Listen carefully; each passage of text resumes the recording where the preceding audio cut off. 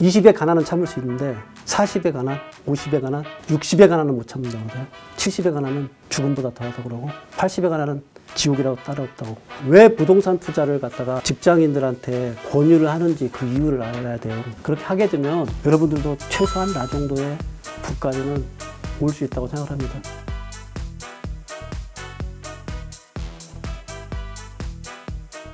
아들아 돈 공부해야 한다. 혹시 읽으셨던 분들이 계실 것 같은데 아들아 돈 공부해야 한다. 저자 정선용입니다. 재테크라는 게 원래 뭐냐면요. 재무 테크놀로지의 약자가 재테크거든요. 이게 아마 시작점은 아마 IMF 때부터 시작될 것 같아요. IMF 때부터 실질적으로 이제 근로소득만 가지고서 한계점에 노출이 되니까 이때부터 재테크를 통해 가지고 기본적인 자산에 대한 것들을 증식을 해야 되겠다 하면서 시작이 됐고요. 지금 시대는 이게 더 악화된 것 같아요. 왜 악화가 됐냐면 지금 경제 성장률이 1%대잖아요. 경제 성장률이 1%대라는 얘기는 무슨 얘기냐면 생산이 그만큼 이루어지지 못하고 있다는 얘기잖아요. 그러면 어떤 일이 벌어지냐면 기업에서 임금 인상을 시켜줄 수가 없어요. 그러니까 보통 기업에서 경제 성장률이 늘어가면 늘어갈수록 임금 인상이 많아졌던 이유가 뭐였냐면 우리가 뭐 1차 산업에서 2차 산업으로 오면서 효율성이 더 증대됐고 2차 산업에서 3차 산업으로 올라가면서 효율성이 증대되면서 그래서 경제가 계속 커왔잖아요. 이 부분들이 지금 이제 팬데믹 이후에 점차적으로 그게 불가능한 시대가 돼버린 거예요. 그렇기 때문에 이런 저성장 시대에서는 사실은 근로소득이라는 임금만 가지고서 살아가기에는 좀 한계가 분명히 봉착했다. 그래서 재택공부에 대한 걸 해야 되는 부분이 첫 번째이고요. 근데 저 정작 문제는 어디서 발생되냐면요. 자산 가격이 급등해요. 자산 가격이 급등한다는 얘기는 결론적으로 반대말로 얘기한다 그러면 화폐 가치가 떨어진 거예요. 그러니까 제가 벌었던 돈만 가지고는 불가능하기 때문에 그러면 이걸 갖다 해지할 수 있는 위험을 해소할 수 있는 방법은 무슨 방법이냐면 안전한 자산에 투자해서 이 안전한 자산을 통해 가지고 자기의 재산을 갖다가 자산을 증식해야만이 경제적 자립을 이룰 수 있는 구조로 가져갈 수 있다는 거죠. 부자가 되는 방법 이거는 저는 한 5단계의 과정에 걸쳐서 부자가 되어가는 것 같아요. 첫째 부분은 이제 돈을 버는 소득 전략에 대한 것들이 명확해야 되고요. 두 번째 부분은 이 벌었던 걸 갖다가 어차피 돈을 버는 이유로 쓰는 거잖아요. 돈을 갖다가 잘 쓸 것인가에 대한 지출 전략이 잘 나와야 되고요. 세 번째 부분은 그러니까 벌고 쓰고 해서 남는 부분들을 갖다가 어떻게 잘 쌓아갈 건가. 이게 저축 전략이거든요. 그러니까 돈을 쌓아가는 전략, 저축 전략도 정확하게 알고 있어야 되고요. 저축 전략을 하게 되는 가장 큰 이유가 뭐냐면 자본주의 사회에서는 사실은 시드머니, 종잣돈이 꼭 있어야 돼요. 뭐 어떤 일을 하든지. 그래서 종잣돈을 모아가기 위해서 사실은 저축 전략을 하는데 이 저축 전략만 가지고 부족한 부분들을 누군가한테 돈을 빌려야 되잖아요. 그래서 돈을 빌리는 대출에 대한 것도 전략적으로 수행해야 돼요. 그래서 돈을 빌리는 대출 전략도 잘 알아야 되고요. 이제 마지막에 예, 꽃이죠. 돈을 불리는 투자 전략이래요. 사실 투자 전략까지 가기 이전에 투자 전략의 성공 여부는 이 앞에 있는 4단계를 어떻게 충실하게 하느냐지 투자는 그거의 결과물인 것 같아요. 제 경험은 뭐 제가 50억 부자라는 얘기는 여기 계시는 잘 모를 텐데 50억 부자거든요. 엄청 진짜 부럽다. 50억 부자인데 큰 부자는 아니지 작은 부자인데 여기까지 올라오기까지 했던 부분들은 투자까지 가기 이전에 이 4단계에 대한 것들을 정확하게 수행했기 때문에 투자가 거기에 운이 좋게 맞아 들어가면서 성공했다고 보시면 될 것 같아요. 소득 전략은 말 그대로 돈을 버는 전략이에요. 돈을 버는 전략인데 제가 25년 동안 해왔던 건 그러니까 노동과 시간을 제공해가지고 벌었던 게 이제 근로소득이잖아요. 그 첫 번째 부분이 근로소득인데 이 근로소득은 제가 보기엔 시간이 좀 중요한 것 같아요. 시기라고 표현하는 게 맞을 건데 20대, 30대 때 이때는 근로소득을 통해 가지고 좀 버는 것들을 해봤으면 좋겠어요. 왜냐하면 20대, 30대 때는 아버지가 부자가 아닌 이상 뭐 신의 아들처럼 로또가 당첨되지 않은 이상은 기본적인 자본금을 가지지 못했고 그리고 경제 구조에 대한 이해가 없잖아요. 이해가 없기 때문에 직장에 취직해서 근로소득을 버는 것들을 해봐야 될 것 같아요. 직장만큼 좋은 학교가 없는 것 같아요. 그러니까 돈을 받고 다니는 학교이기 때문에 저는 20대, 30대는 직장에 좀 취직해서 근로소득을 통해 가지고 돈이 어떻게 벌려지는가 이 부분에 대한 것들을 정확하게 좀 배우는 게 중요한 것 같아요. 이렇게 배워야지 그 다음 단계로 넘어갈 수 있는 것 같아요. 그래서 그 다음 단계로 여러분들이 가장 뭐 관심을 많이 가질 수 있는 부분이 뭐냐면 사업소득이잖아요. 사업을 해서 돈을 버는 부분들.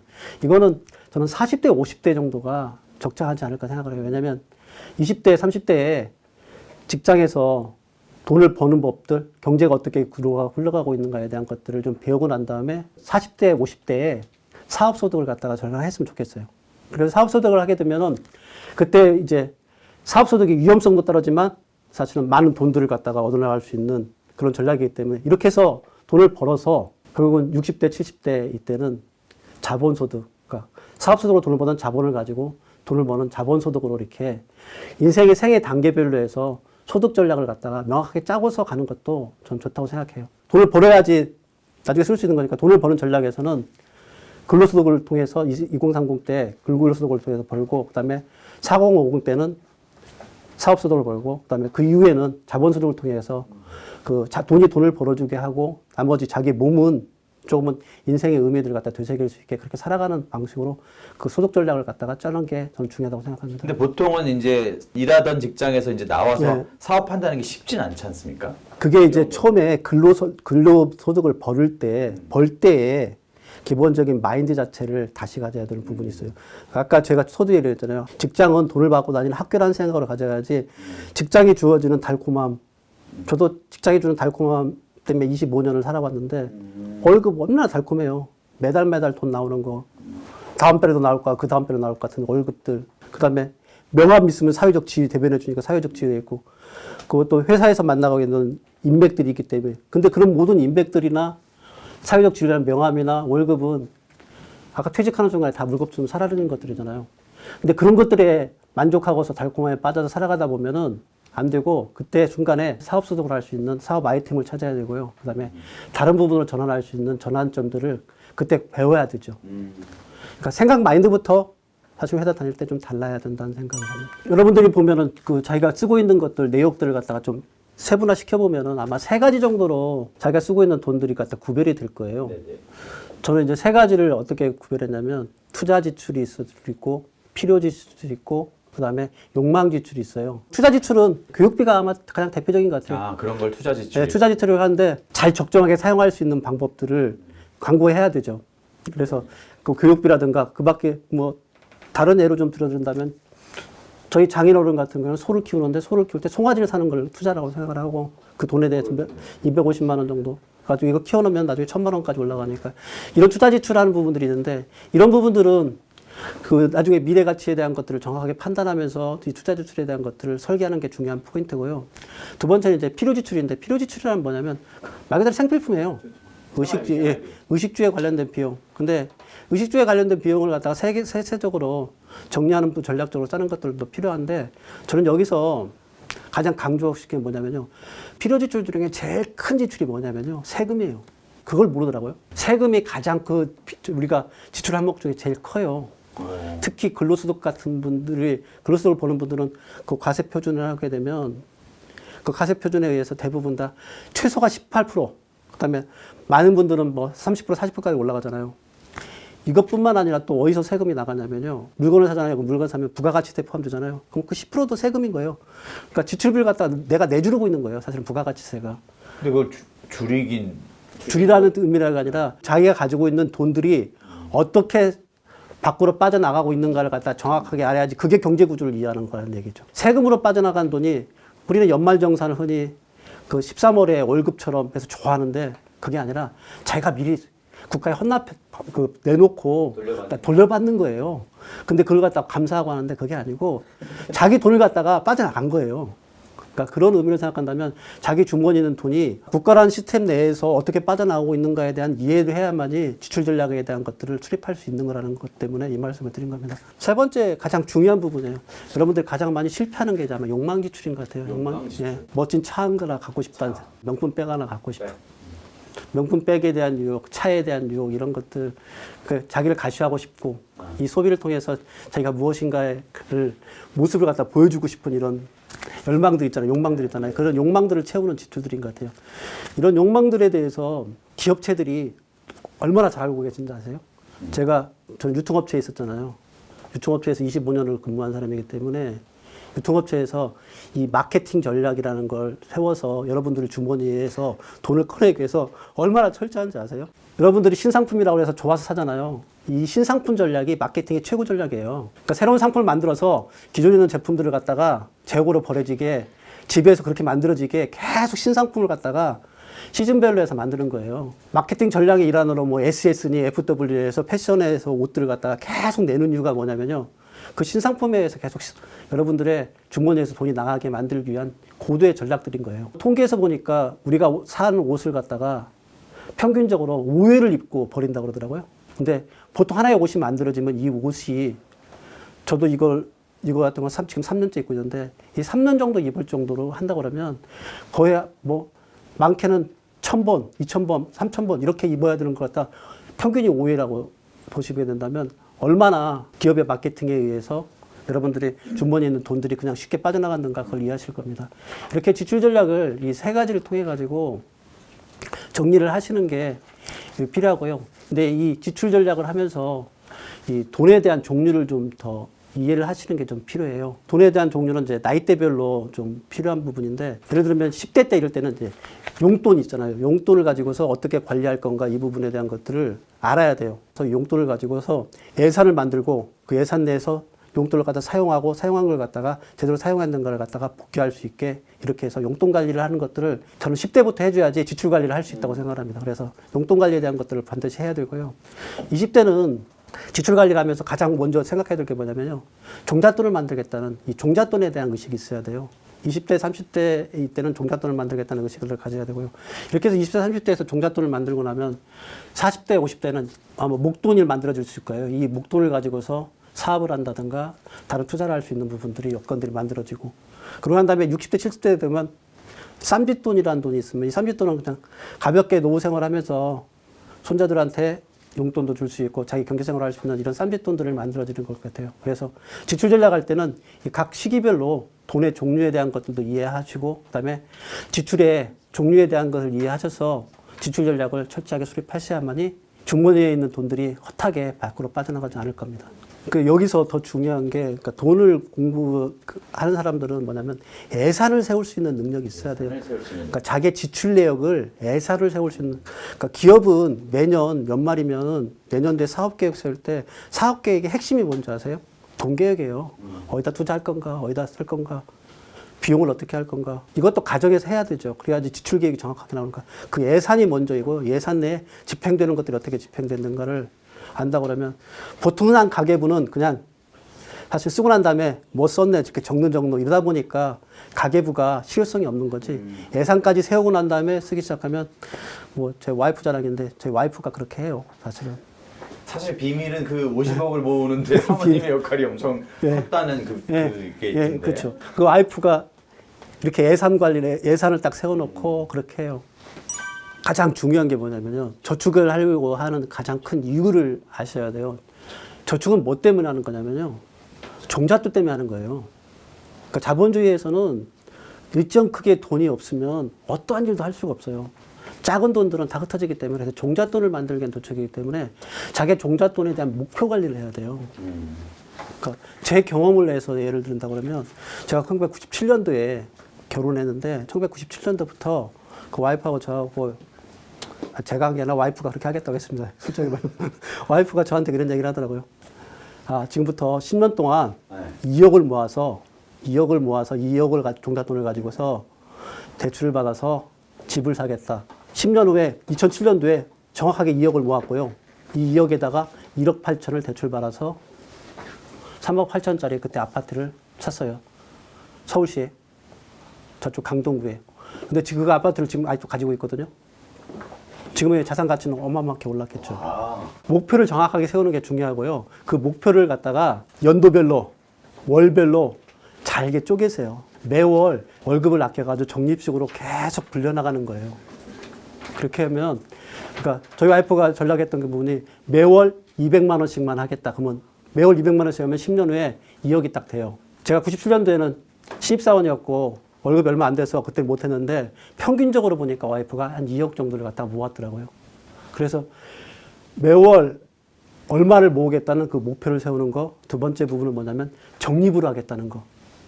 이 두 가지를 가지고 하게 되면은 그 2억을 모으는 데까지 갈 수 있고요. 여기에 가장 중요한 핵심 전략은 마지막 세 번째예요. 강제저축을 하셔야 돼요. 이 방법 외에는 다른 방법이 없는 것 같아요. 강제저축이라 하면 뭐냐면요. 비용을 쓸 걸 갖다가 지출할 걸 갖다가 먼저 하는 게 아니라 저축할 걸 먼저 돈을 갖다 떼어내야 돼요. 저축할 걸 먼저 떼어내놓고 나머지 가지고 사는 거예요. 우리 반대로 했는데. 대부분의 경우는 아마 쓰고 난 다음에 남는 거 갖다가 대부분 다 저축한다고 하는데 그 방법으로는 되지는 않고요. 강제 저축을 하셔야 돼요. 이 방식으로 저축을 하면은 저는 종잣돈을 모으는 데까지 갈 수 있다고 생각을 합니다. 그러니까 종잣돈을 모으고 나면은 그 다음에 이제 이 종잣돈은 이제 자기 돈이잖아요. 네. 근데 이 종잣돈이 자기 돈만 가지고 있는 종잣돈 가지고는 투자를 할 수가 없어요. 빌려야 돼요. 저 연봉 막 한 20억 이렇게 네. 하는 거 아니에요? 지금 모을 수가 없잖아요. 그러면 대출을 받아야 되잖아요. 그러니까 돈의 종류는 이제 3가지 종류가 있을 거예요. 온전하게 자기 돈인 그 돈이 있을 거고, 또 한 가지는 남한테 빌리는 돈이 있을 거고, 그러니까 은행에 주로 많이 빌리게 되는 거 있고, 또 한 가지는 마지막에 기업들이 많이 하는 거 투자받은 돈이 있어야 돼요. 이 3가지 돈이 모여가지고 사실은 종잣돈을 갖다가 일정 금액을 만들어 놔야지 그거 가지고 투자를 할 수 있는 거거든요. 그러면 투자를 받아야 되잖아요. 근데 투자를 받으려고 그러면 가장 좋은 방법은 뭐냐면은 사실 자기 신용등급을 높이는 것밖에 없어요. 그러니까 우리가 지금 우리 사회구조에서 금융권에서 돈을 투자를 받을 수 있는, 개인이 투자받을 수 있는 방법은 3가지밖에 없을 것 같아요. 그 첫째 부분은 담보를 제공하는 거. 개인이 가지고 있는 담보는 딱 하나밖에 없잖아요. 부동산밖에 없잖아요. 집밖에 없잖아요. 집이나 땅 이외에 다른 담보를 받아줄 건 하나도 없으니까 그러면 집이나 이런 것도 담보 받아가지고 대출을 받든지. 두 번째 부분은 좋은 직장에 다녀서 신용등급, 그러니까 금융거래를 갖다가 착실하게 해서 신용등급을 높여가지고 신용대출을 받든지. 그리고 마지막에 이제 누군가가 보증을 서줘야 되겠죠. 이 3가지 이외에는 다른 대출 방법이 없잖아요. 그래서 저는 그 직장인들 같은 경우에는 그 처음에 2030 이런 친구들은 사실 좋은 직장에 들어가서 직장에 의한 신용등급에 의해서 대출을 받을 수 있는 부분들을 가져가는 게 그래서 좋은 것 같아요. 다른 사람들은 저한테 그런 얘기 하더라고요. 회사 생활 25년 동안 했으면서 회사를 욕하고 다닌다 이런 얘기를 저한테 많이 하더라고요. 그래서 근로소득을 폄하한다 이런 얘기 하는데 사실 저는 그런 사람이 절대로 아니에요.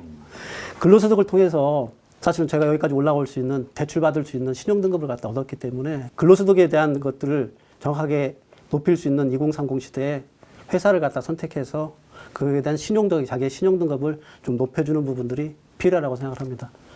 이렇게 해서 대출을 받게 되면 이 대출 받은 돈 가지고 이제 어떻게 투자하느냐 이게 남아있잖아요. 그래서 투자에 대한 얘기를 드리려고 그러면 일단 종잣돈이 얼마면 좋은가 이것들이 많이 사람들이 궁금해하는 것 같아요. 얼마일 것인가. 그리고 또 두 번째 부분은 투자에서 도대체 수익률을 얼마나 내는 것이 적절한 투자인 건가.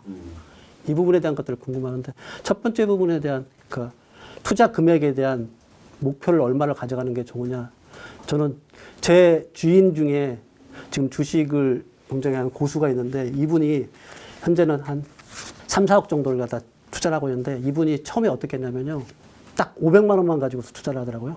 한 30개 주식을 해서. 그래서 500만 원 해가지고 이 500만 원 가지고 월 3%를 갖다가 수익만 내겠다 그래서 월 3% 수익을 내면 그걸 갖다가 한 3, 4개월 진행하다가 1,000만 원을 올리고 또 1,000만 원에서 조금 더 지나가고 난 다음에 2,000만 원, 3,000만 원 해가지고 1억, 2억, 3억 이렇게 올라가더라고요. 그래서 투자금을 더 늘리는 거고요. 네, 그걸 늘려가는 거예요. 왜 그게 필요하냐면 투자할 수 있는 기본적인 경제 체력이 있어야 돼요. 그 투자의 체력이 있어야 되기 때문에 그런 체력들을 서서히 높여가야 돼요. 근데 요즘 젊은 분들 중에 좀 실수하는 부분들이 뭐가 있냐면 일체 큰 금액을 갖다가 그것도 자기 돈이 아니라 대출 받아가지고 연끌해가지고 이렇게 투자하다 보면 투자하다 보면은 결국은 그걸 갖다 감당할 수 있는 기본적인 자본 근력이 없는 거예요. 그래서 자본 근력을 처음에 높여가는 것들 하고 얼마까지 높여갈 때는 자기가 스스로가 제일 잘 알겠죠. 그래서 자기가 투자해가면서 자기의 자본 체력을 갖다 높일 수 있는 방법들을 찾아가고요. 그다음에 수익률을 어떻게 가져가면 좋으냐면 수익률은 저는 기간에 몇 프로를 하겠다는 부분들을 하고 이 몇 프로라는 건 은행금리 이상 정도만 된다 그러면 저는 그건 처음부터 좋다고 생각해요. 은행금리 이상 정도만. 너무 높게 가져가는 부분들은 결국은 위험을 도살할 수 있기밖에 없기 때문에 그 부분들은 전 지향하고요. 그래서 투자의 금액은 자기가 스스로의 체력에 맞춰서 높여가고 수익률은 은행금리 이상 정도로만 시작하면서 점점 높여갈 수 있는 형태로 가져가는 것들이 필요하다고 생각합니다. 부동산 투자를 바라보는 시각부터 새롭게 셋을 하셔야 됩니다. 마인드셋을 하셔야 됩니다. 왜 부동산 투자를 갖다가 직장인들한테 권유를 하는지 그 이유를 알아야 돼요. 다른 투자 대목 예를 들면 가장 비교가 되는 게 주식이잖아요. 주식하고 투자를 비교해 보면 부동산 투자만의 장점들이 있어요. 첫째 부분은 부동산 투자는 실물 자산이 있잖아요. 실물 자산이 있고 주식은 실물 자산이 없는 거잖아요. 그 신용 자산이잖아요. 실물 자산이 있다는 얘기는 무슨 얘기냐면 눈으로 볼 수 있는 것을 투자하는 거기 때문에 그만큼 투자에 대한 안정성을 갖다가 확보할 수 있어요. 이런 얘기 들어보셨을 거예요. 주식은 휴지 조각에 들 수 있지만 땅은 절대로 그 가치가 그렇게 떨어지지 않는다. 인류 역사상을 놓고 보면 땅의 가치가, 집의 가치가 바닥까지 떨어져 본 적은 한 번도 없어요. 계속 상승해 왔어요. 가장 많이 떨어지면 50% 정도 떨어질 거예요. 그래서 그 부분 때문에 저는 부동산 투자를 하라는 얘기를 하는 거고요. 두 번째 부분은 부동산은 그냥 투자 자산이 아니라 주거 자산이잖아요. 제가 생활하는 부분이잖아요. 생활하다 보면 주거에 대한 비용들이 들어가잖아요. 그러니까 주거에 대한 비용들이 들어가기 때문에 이 비용들을 세이브할 수 있는 투자니까 일거양득의 투자잖아요. 그래서 저는 부동산 투자를 갖다가 특히 근로소득을 벌고 있는 월급쟁이들한테는 이걸 권합니다. 그리고 세 번째 부분은 뭐냐면 주식 투자는 단타가 가능한데 부동산 투자는 어쩔 수 없이 장기 투자를 할 수밖에 없어요. 투자는 장기 투자를 해야 되거든요. 시간이 들어가야 돼요. 근데 부동산은 사고, 매수하고, 그 다음에 등기 올리고, 이것도 누군가 매수자를 찾으려고 그러면 그만큼 시간이 걸리기 때문에 어쩔 수 없이 장기 투자를 해요. 그렇게 장기 투자를 할 수밖에 없기 때문에 이 장기 투자에 대한 장점들이 그대로 부동산 투자에는 녹아들게 되죠. 이런 세 가지들 때문에 저는 부동산 투자를 해야 된다고 주장을 하고요. 그렇게 하게 되면 여러분들도 최소한 나 정도의 부까지는 올 수 있다고 생각합니다. 여기에다가 한 가지 덧붙여서 설명해 준다면 제가 해왔던 과정들을 얘기해 주면 아마 훨씬 더 이해가 쉬울 거예요. 처음에 저 와이프가 그때 얘기했듯이 97년도부터 2007년도까지 집을 하나 샀잖아요. 집을 한 채 사고 그 이후에 5년 동안 또 와이프가 이제는 제가 근로소득이 올랐기 때문에 5년 동안 또 다시 2억을 또 모았어요. 그래서 그 2억을 모은 걸 갖다가 2013년에 또 집을 한 채 또 샀어요. 전세를 끼고. 그러니까 우리나라의 가장 큰 장점 중에 하나는 갭 투자가 가능하잖아요. 네, 갭 투자가 가능하기 때문에 갭 투자를 통해가지고 지금 전세가율이 한 60%니까 그걸 샀고요. 그래서 그것 때문에 5억짜리 집을 샀는데 이 부분들이 지금도 지금 가지고 있어서 한 3배 정도 뛰어서 그거에 대한 것들이 자산으로 증식했고요. 그 위에 또 와이프가 또 5년 동안 또 집을 그 돈을 모아가지고 다시 사서 그래서 제가 3주택자예요. 서울 시내에. 세금을 많이 내시겠네요. 근데 다행스러운 건 2017년도 파리대책 이전에 제가 임대사업자 등록을 했기 때문에 이번에 뭐 종부세나 이런 건 전혀 되지 않았어요. 이것마저도 사실은 공부를 통해서 할 수 있는 거예요. 그러니까 재테크가 흔히 뭐 투기라고 이렇게 뭐 다주택자 투기라고 이런 식으로 얘기하시는 분들이 많이 있는데 그게 아니고요. 이런 공부를 통해 가지고 어떻게 재테크를 할 건가. 그러니까 내가 총 벌어들였던 돈이 그러니까 직장 생활 25년 동안에 제가 벌어들였던 총 금액이 보니까 소득이 한 12억 정도 되는 것 같아요. 한 12억 정도 되는데 이 12억 중에서 6억은 제가 생활비로 해서 다 썼고요. 6억은 와이프가 모아가지고 6억을 가지고 종잣돈으로 해서 2억 해가지고 투자해서 그게 부동산 투자를 해서 그게 다 지금의 자산을 형성하는데 거의 90%는 제가 그렇게 해서 상상을 형성한 거예요. 막 현실감이 없는 얘기가 아니네요. 진짜. 제가 그냥 만들어낸 거니까요. 사실은 이 세바시 대학, 이 대학에서 추구하고 있는 부분들은 어떤 인생의 의미들, 그러니까 세상을 바꾸는 마음들, 이런 부분들 어떻게 해서 바꿀 건가 이런 생각들을 많이 하잖아요. 근데 저는 사실은 돈과 이 재테크 이런 부분들이 세상을 바꾸기 이전에 개인과 가정을 바꿀 수 있는 최고의 전략이라고 생각을 해요. 이게 기본이 되지 않으면 전 세상을 바꿀 수 있는 아무리 위대한 사상도 그걸 펼쳐질 수 없다는 생각 때문에 그런 얘기를 갖다 계속 주장을 하는 것 같아요. 흔히 사람들이 돈으로 행복을 살 수 없다고 하는데 저는 불행을 막아주는 방패는 돈으로 살 수 있는 것 같아요. 제가 지금 현재는 불행에 빠지지는 않는 것 같아요. 특히 예전에 돈 때문에 아니면 사회적인 관계 때문에 했던 그런 불행에 대한 그 가난에 대한 굴레 이런 부분들은 벗어난 것 같아요. 그래서 지금은 솔직히 경제적 자유를 누리고 있다고 생각을 해요. 경제적 자유를 누리니까 하고 싶은 일들을 하는 것 같아요. 제가 만약에 그 50억이라는 돈이 없었으면 지금 아마 다른 데 취직하느라고 이력서 들고 다녔을 거예요, 솔직하게. 근데 저는 그것보다는 글쓰는 걸 할 수 있었던 가장 큰 근원은 뭐냐면 경제적 자립이 있었기 때문에 가능했다고 생각합니다. 원래 글 쓰시는 게 꿈이셨잖아요, 그죠? 예, 원래 그러니까 직장에 종속돼 있으니까 직장에 노동과 시간을 제공하고서 거기서 그 대가로 돈을 받아서 그 돈을 가지고서 우리 가족이 살아가는 과정들을 했기 때문에 내가 하고 싶었던 실질적인 공부를 갖다 하지 못한 거죠. 그래서 글쓰기를 하고 나니까 의외로 근데 또 반대로 경제적 자립을 이루고 난 이후에는 글쓰기가 훨씬 더 잘 되고 또 글쓰기를 통해 가지고 새로운 소득이 창출되는 인생. 예, 이런 것들이 또 만들어지게 되고 그래서 선순환의 구조로 이렇게 올라가는 것 같아요. 그래서 저는 재테크 공부를 통해 가지고 기본적인 경제적 자립 토대를 만들고 나면 그 다음에 제가 생각하는 인생들이 새롭게 더 꾸며나가고 거기에서 쌓아갈 수 있는 그런 전략들이 더 생겨지는 것 같아요. 그렇게 해서 바꾸기 시작하면은 개인도 바꿔져지고 개인이 바뀌는 거에 의해서 세상도 바뀌어지는 것 같아요. 지금 50의 내 모습과 60의 내 모습, 70의 내 모습, 80의 내 모습, 90의 내 모습을 보면은 저는 이 이유가 더 행복해질 것 같아요. 지금 제 생각으로는. 그렇게 된 가장 근원적인 이유가 그 토대는 뭐냐면 사실 경제적 자립을 해놓기 때문에. 그러니까 누가 그런 얘기를 하더라고요. 20에 가난은 참을 수 있는데 30에 가난은 참을 수 있는데 40에 가난, 50에 가난, 60에 가난은 못 참는다고 그래요. 70에 가난은 죽음보다 더하다고 그러고 80에 가난은 지옥이라고 따라없다고 이런 얘기를 하더라고요. 그래서 무섭네요. 그래서 경제적 자립을 만들어 가야 돼요. 근데 지금 사회 구조는 근로소득만 가지고서 그 경제적 자립까지 갈 수 없는 구조이잖아요. 아까 얘기했듯이. 그래서 재테크를 통해서 돈 공부를 통해서 경제적 자립의 기반들을 좀 굳건하게 만들 필요성이 분명히 있다고 이런 얘기들이 죄악시되거나 폄하되지 않기를 좀 바라는 마음이 있습니다. 자기가 생각하고 있는 목표점들이 아마 다 이분들이 다 계실 거 아니에요. 그 향하는 목표점을 향해서 나아가고 있는 과정들이 저는 재테크인 것 같아요. 그 과정들을 갖다가 이행해 가다 보면은 지금보다 나아지잖아요. 어쨌든 이 전략을 시행해 가면 지금보다 나아지잖아요.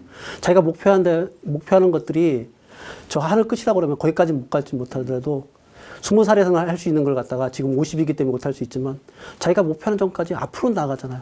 앞으로 나가는 게 중요한 것 같아요. 그런 분들이라면 충분히 돈이라는 분야, 재테크라는 분야도 공부함으로써 내 삶을 갖다 바꿀 수 있는 분야라고 생각합니다. 세바시 인생질문 100 프로젝트는 그동안 저희가 만들었던 1300개의 세바시 강연 컨텐츠 중에 100개를 선정했습니다. 그 100개가 다시 질문이 됐고요. 그 질문에 각각의 3개의 질문씩 총 300개의 질문이 달려있는 겁니다. 그 질문에 여러분만의 답을 써주십시오.